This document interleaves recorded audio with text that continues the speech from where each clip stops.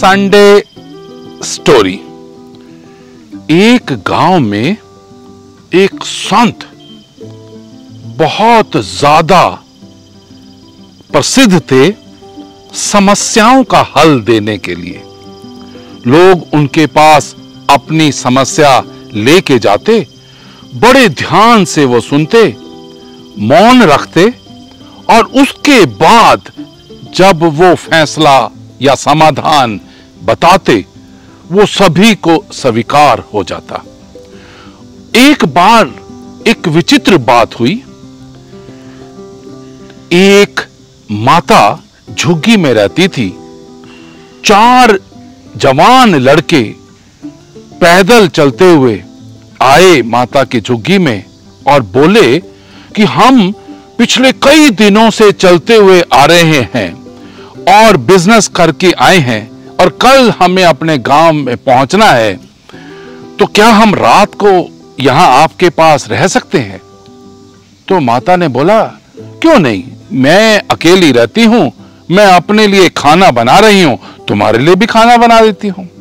और खाना जब बना के खा लिया, उसके बाद चारों दोस्तों ने एक पोटली जिसमें उन्होंने चारों की पूंजी डाली हुई थी माताजी को दी कि माताजी ये पोटली हम जब सुबह जाने लगेंगे तो आप हमें देना, मगर इसके लिए हमारी आपसे ये रिक्वेस्ट है कि जब हम चारों इकट्ठे होंगे तभी ही ये पोटली हमें देना।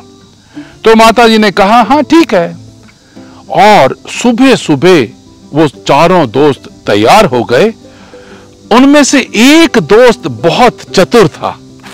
उसने अपने तीनों दोस्तों को बोला कि हमारे को माताजी ने रहने की जगह दी, खाना खिलाया, ये सामने जो खेत नजर आ रहे हैं उसमें माता का थोड़ा सा मदद करनी चाहिए, क्यों ना हम खेत थोड़ी देर जोत दें। उन्होंने उस खेत को जोतना शुरू किया और थोड़ी देर बाद ही वही चतुर कहने लगा कि मुझे प्यास लगी है, मैं माताजी से पानी लेके आता हूं। और माता के पास गया और जाके बोला, माताजी वो पोटली दे दो।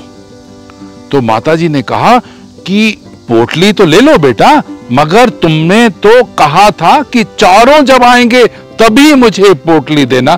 तो माता वो देखो खेत में वो तीनों काम कर रहे हैं ना, ले आऊं? तो उनमें से आवाज आई, हाँ ले आओ। तो माता ने वो पोटली उनको दे दी और इतनी देर में वो जो चतुर दोस्त था या ठग था वो गायब हो गया। और माता अपना काम करने लगी झुग्गी में। थोड़ी देर के बाद वो तीनों आए दोस्त और बोले कि माताजी हमारा दोस्त आया था पानी लेने के लिए, वो अभी तक वापस नहीं आया, कहां गया? उसने कहा, पानी लेने के लिए? वो तो पोटली लेने आया था और आपने ही तो कहा कि ले आओ और मैंने उसको पोटली दे दी। तब वो समझ गए कि वो हमारा दोस्त ठग निकला और हमारी सारी पूंजी लेके दौड़ गया है। मगर इनको ये समझ आई कि माता हमने आपको तो कहा था कि जब तक हम चारों नहीं आएंगे तब तक तुम्हें ये पोटली नहीं देनी, तो हम अब राजा के दरबार में जाएंगे और जो राजा फैसला सुनाएंगे उसी से हम उसी को मानेंगे। तो राजा के पास गए और राजा ने जब सारी कहानी सुनी तो उसने कहा, हाँ इसमें तो माता का कसूर है। माता को अकेले दोस्त को पूंजी नहीं देनी चाहिए थी, जब तक चारों नहीं आते नहीं देनी चाहिए थी। तो मेरा फैसला यह है कि अगले 3 दिन में किसी भी तरीके से उतनी पूंजी इकट्ठी करके ये माता इनको देगी।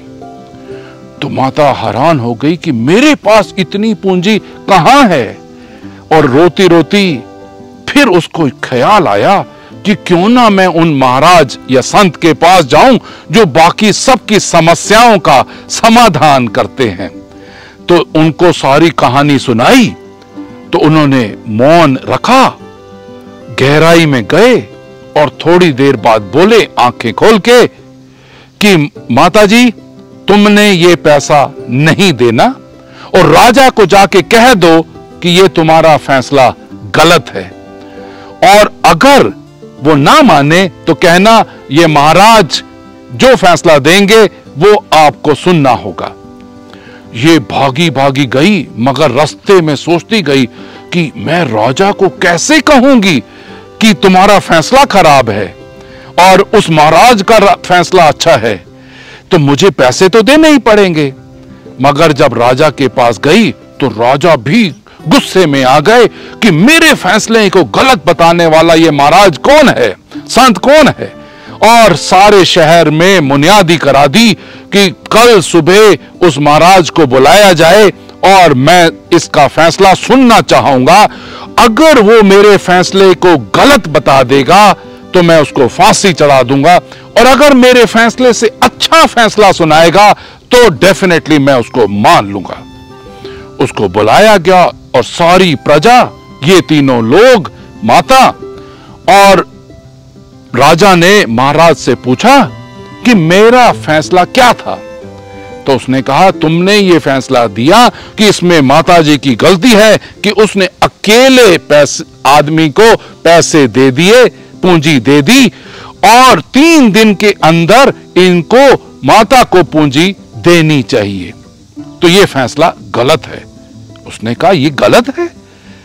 कहते हैं, आप तो मान ही रहे हैं कि एक वादा किया था कि जब चारों लोग इकट्ठे होंगे तभी ये पोटली देना। एक बार इन्होंने गलती की कि एक को दे दी, चारों को इकट्ठा नहीं दिया, मगर अब आपने जो दूसरा फैसला सुनाया कि 3 दिन के बाद इनको पोटली दे देना, तो आपको यह सुनाना था कि चारों इकट्ठे हो जाएं तो ये माता पैसा दे देगी। इन तीनों दोस्तों को तुम्हें कहना चाहिए था कि जाओ, वो तुम्हारा ही तो दोस्त है, उसको बुलाओ, और ये जैसे वादा किया था उसको माता निभाएगी कि जब चारों होंगे इकट्ठे तो उसको ये पोटली दी जाएगी। और राजा इस बात से बहुत हैरान हुआ और खुश भी हुआ कि बात तो ठीक कही कि मेरा फैसला ठीक नहीं था, तुम्हारा महाराज संत, तुम्हारा फैसला ये ठीक है। क्या मैं जो अभी तक इतने फैसले लेता आया हूं, क्या वो गलत होते थे? तो संत बोले कि नहीं, जब भी आपने किसी की भी समस्या का समाधान करना है तो उसकी पूरी बात को बड़े ध्यान से सुनना चाहिए, उसके बाद मौन करना चाहिए और गहराई में जाना चाहिए, और उसके बाद फैसला देना चाहिए। लोग मुझसे आके पूछते हैं कि जब आप समस्या सुन लेते हो तो क्या आपके अंदर दिव्य शक्ति है जो आप दिव्य शक्ति से पूछते हो कि इसका समाधान क्या है? मैं बोलता हूं नहीं, दिव्य शक्ति नहीं है, ये सिर्फ पावर ऑफ साइलेंस की है। ये सिर्फ मौन रख के और उस प्रॉब्लम, उस समस्या की गहराई में जाने की है। जब हम कोई भी फैसला, चाहे अपनी लाइफ का होगा या दूसरी की लाइफ का होगा, अगर मौन तरीके से सोचेंगे, गहराई में जाएंगे और फिर फैसला लेंगे या सुनाएंगे, वो फैसला कभी गलत नहीं होगा। What is the moral of the story? Moral of the story is the power of silence. हम सबको ये सीखना चाहिए कि कोई भी फैसला जल्दबाजी में नहीं लेना चाहिए, मौन होना चाहिए, गहराई में जाना चाहिए, साइलेंट होके, और उसके बाद जब हम फैसला लेंगे तो वो गलत नहीं होगा। Thank you very much. God bless you. Have a nice Sunday.